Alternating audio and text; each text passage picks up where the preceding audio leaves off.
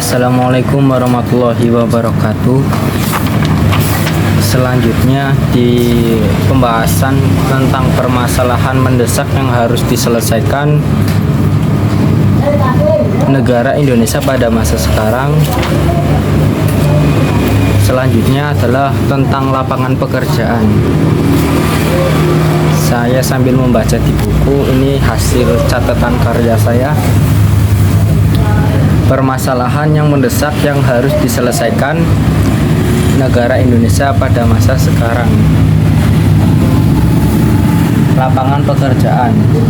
Bekerja adalah kegiatan ekonomi yang dilakukan oleh seseorang dengan maksud memperoleh atau membantu memperoleh pendapatan atau keuntungan yang dilakukan dan dikerjakan setiap individu atau semua orang dapat melakukan dan melaksanakan bekerja, baik menjadi pebisnis atau seorang pegawai di masyarakat.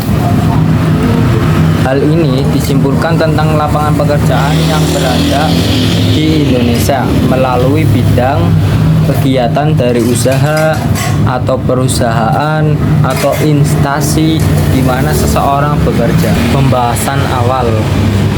Tenaga kerja adalah penduduk dalam usia kerja yang siap melakukan pekerjaan, antara lain mereka yang sudah bekerja, yang sedang mencari pekerjaan, yang bersekolah, dan mereka yang mengurus rumah tangga. Pembahasan lain tenaga kerja adalah semua orang yang bersedia dan sanggup bekerja, termasuk orang-orang yang menganggur terpaksa akibat tidak ada kesempatan kerja. Yang dipermasalahkan lapangan pekerjaan. Tenaga kerja dan lapangan pekerjaan masih menjadi bahasan yang menarik di negara Indonesia. Terlebih jika demografi yang seharusnya punya potensi dan peran besar dalam pembangunan ekonomi nasional. Hampir setiap tahun tenaga kerja atau buruh di Indonesia selalu turun ke jalan. Masalahnya selalu berjudul soal kesejahteraan. Inti permasalahan lapangan pekerjaan yang berada di negara Indonesia. Setiap tahun pemerintah selalu menaikkan upah minimum provinsi atau UMP yang dijadikan rujukan menentukan besaran upah bagi buruh. Tapi kenyataannya buruh selalu meminta kenaikan gaji yang lebih besar. Persoalan terkait tenaga kerjaan tidak hanya terjadi sumber daya manusia biasanya atau SDM. Nomor 1, lapangan pekerjaan tidak sesuai pendidikan. Pengangguran di Indonesia dipicu tiadanya kesesuaian antara jenjang pendidikan dan ketersediaan lapangan kerja. Kondisi ini memicu tenaga kerja terdidik justru mengambil lahan pekerjaan kelompok tidak terampil. Bahasa mudanya, tidak sesuai jalur yang dipelajari dan tidak sesuai bakat yang ia kuasai, sehingga terjadilah tidak kesesuaian dalam melakukan pekerjaan. Nomor 2, akses informasi sulit. Terjadinya fenomena sebuah lapangan pekerjaan di Indonesia yang tidak sesuai antara kebutuhan pencari kerja dengan pengusaha sebagai pemberi kerja. Pada zaman sekarang, untuk informasi pekerjaan pun masih ada informasi penipu, informasi palsu, sehingga ada sebagian orang yang ingin mendaftarkan diri di informasi sebelumnya, sehingga ia tertipu oleh informasi pekerjaan palsu yang sebagian banyak alasan dengan berbagai contoh, mendaftar menggunakan uang dan lain-lain.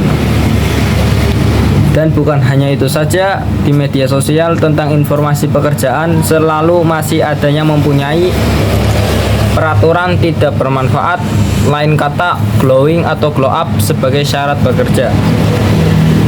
Nomor ketiga, menggunakan jalur orang dalam yang tidak disukai oleh orang yang mendaftar sendiri tanpa orang dalam.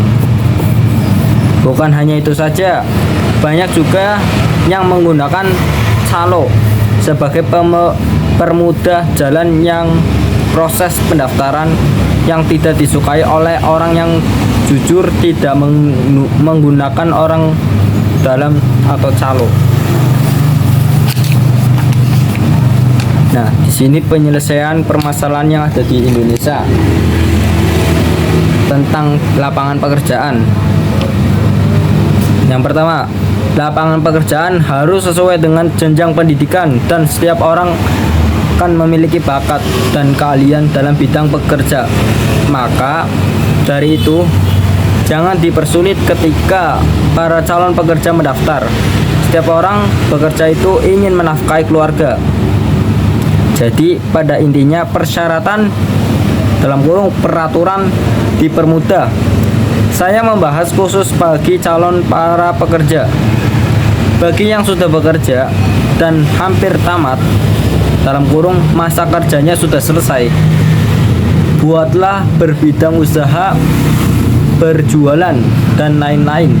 Mandiri tanpa harus kembali jadi karyawan agar bisa merasakan mempunyai usaha sendiri. Yang kedua, ketika pendaftaran pekerjaan dalam kurung bagi calon pekerja, harap yang cerdas dalam melakukan pengisian data pribadi ke akun media sosial. Harus sesuai dengan akun yang akan kita daftar atau resmi. Jika tidak, akan terjadi hal yang tidak diinginkan, yaitu ketipu.